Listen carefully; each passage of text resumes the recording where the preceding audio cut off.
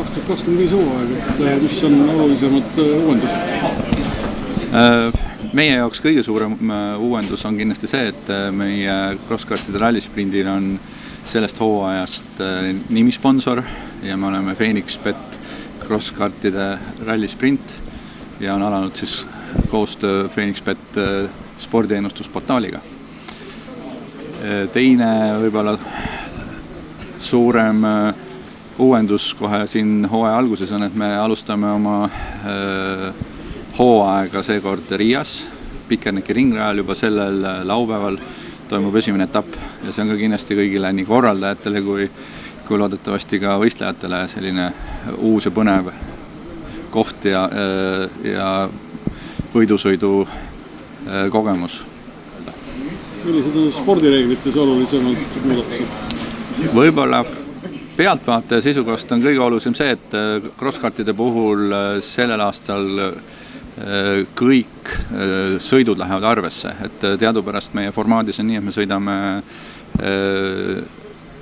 2 katset, mõlemad sõidame siis 4 korda ja varasemalt läks 4-3 paremat arvesse, siis nüüd lähevad arvesse kõik 8 katset siis põhimõtteliselt.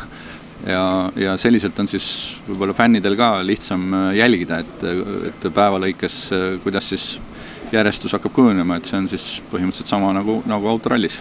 Crosskartide sprindis on väga erinevad pinnased, väga erinevad iseloomu rajad. Et sulle endale nagu kõige rohkem väljakutset pingetab selles sõitmises?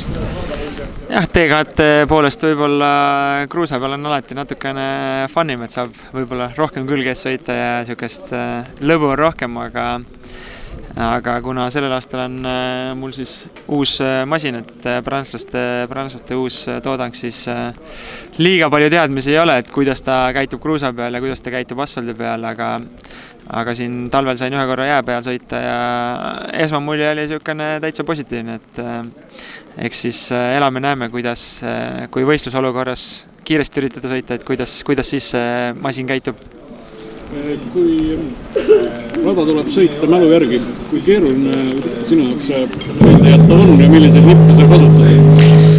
Jah, eks siin eelmine aasta kohati olid ikkagi päris siuksed korralikud rajad kokku pandud rajameistrite poolt, et seal ikka läks tükk tegu, et kõiki kurvi meelde jätta, aga õnneks tänapäeval on videotehnika on piisavalt arenenud ja saab selle nii-öelda prooviringil läbi sõita, üles filmida ja siis sealt nii-öelda veel vaja, mis kurvid meelde jäänud, et saab need uuesti läbi vaadata. See aasta on päris oluline muutus. Kõik voorud lähevad arvesse. Eksimise ruumi ei ole. Palju see sinu võistlustaktikat muutma? Kusjuures ma isegi, see on minu jaoks uus info, et ma ei ole niimoodi seda võistlusvõendit veel lugenud.